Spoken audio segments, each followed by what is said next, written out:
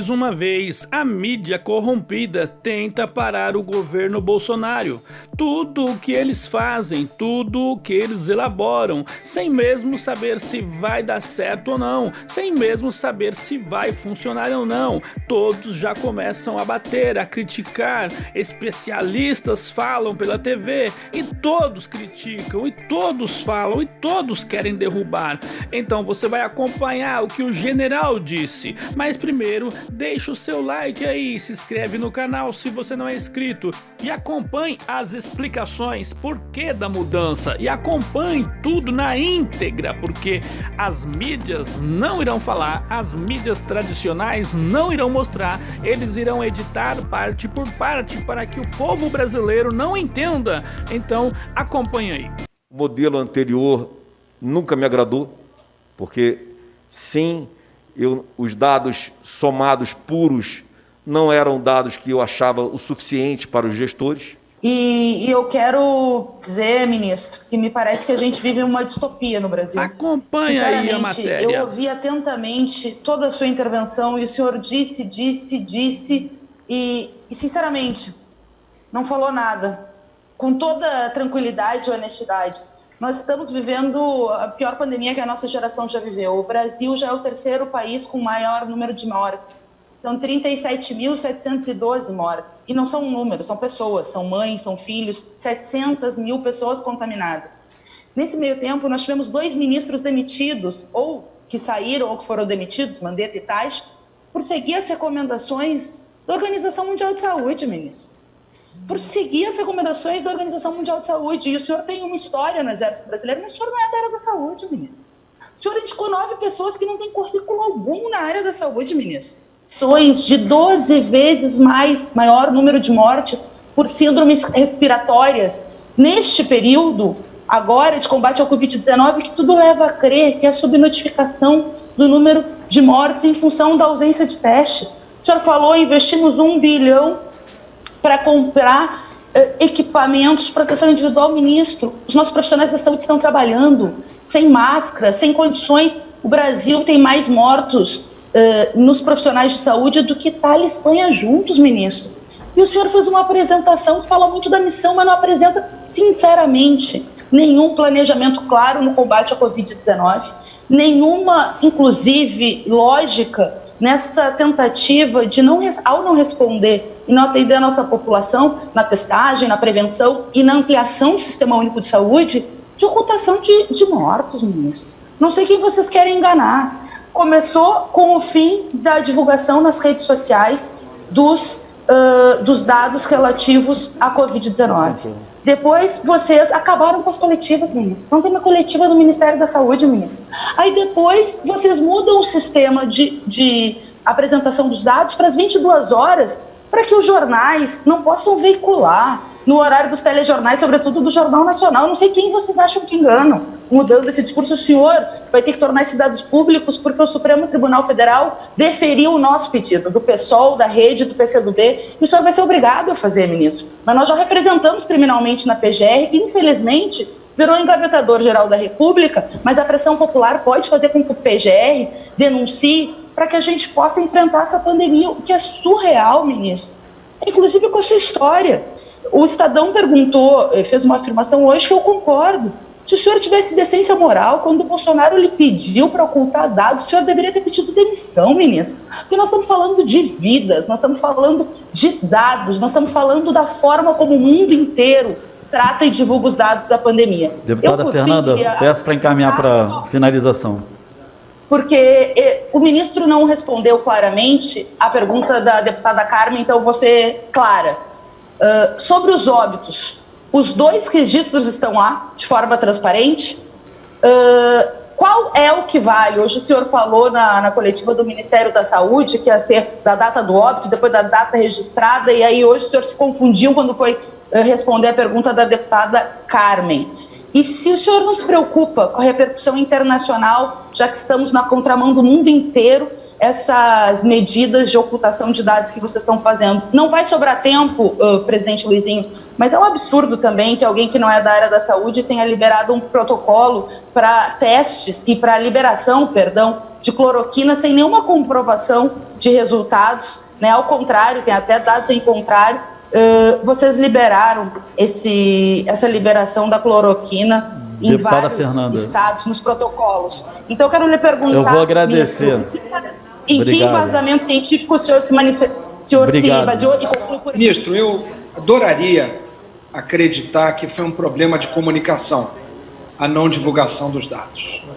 Mas todo o país sabe que o presidente da República, a quem o senhor hierarquicamente obedece, queria esconder os dados do Covid no Brasil.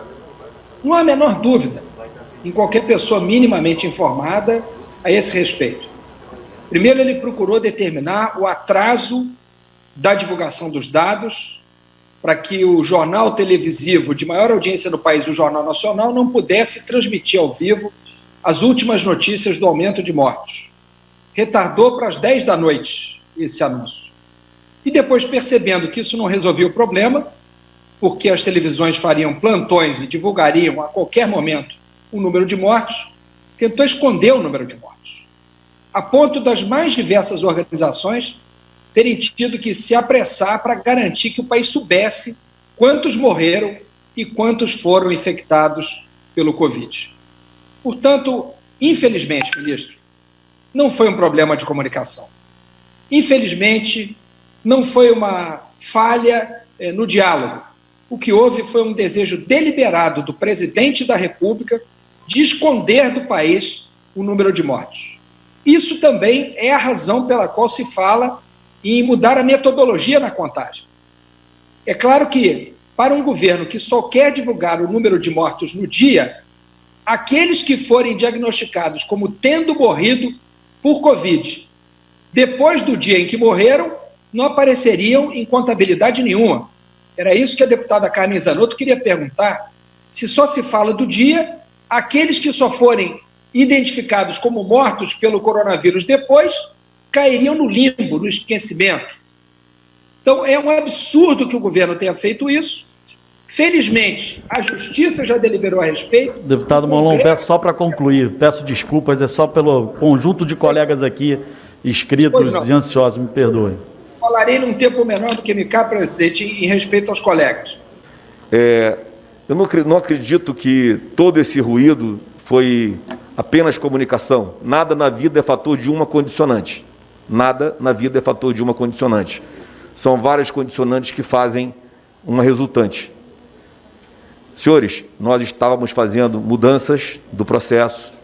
Senhores, o modelo anterior nunca me agradou, porque, sim, os dados somados puros não eram dados que eu achava o suficiente para os gestores. Não, eu não acho que os estados e municípios mandem dados errados, em hipótese alguma. São os dados que eles têm. Eles só estavam sendo somados com outros dados de estados e municípios que não tinham o mesmo protocolo de análise. Então eu tinha que disponibilizar o dado por estado e por município, como eu estou fazendo agora. Simplesmente somá-los e colocar numa planilha não eram dados fidedignos para a minha visão de análise, minha própria visão. Então, por isso que eu estava querendo buscá-los. Ruído, conasens, ocorrências. A ideia era teletriagem é campeã, eu vou trabalhar nela, João, e vou ver o que a gente consegue fazer. Já anotei aqui. Bem, eu quero colocar aqui a ideia sobre enterro. Todos vocês, todos os senhores e senhoras, hoje tem esse que o Molon falou, o deputado Molon, a visão sobre diferente quantidade de enterrados. Senhores, eu sou o primeiro que correu atrás disso. Quando eu cheguei lá em Manaus e vi a quantidade de enterro e que estava sendo colocado como Covid, eu tomei um susto. Foi a partir dali que eu comecei a me mexer.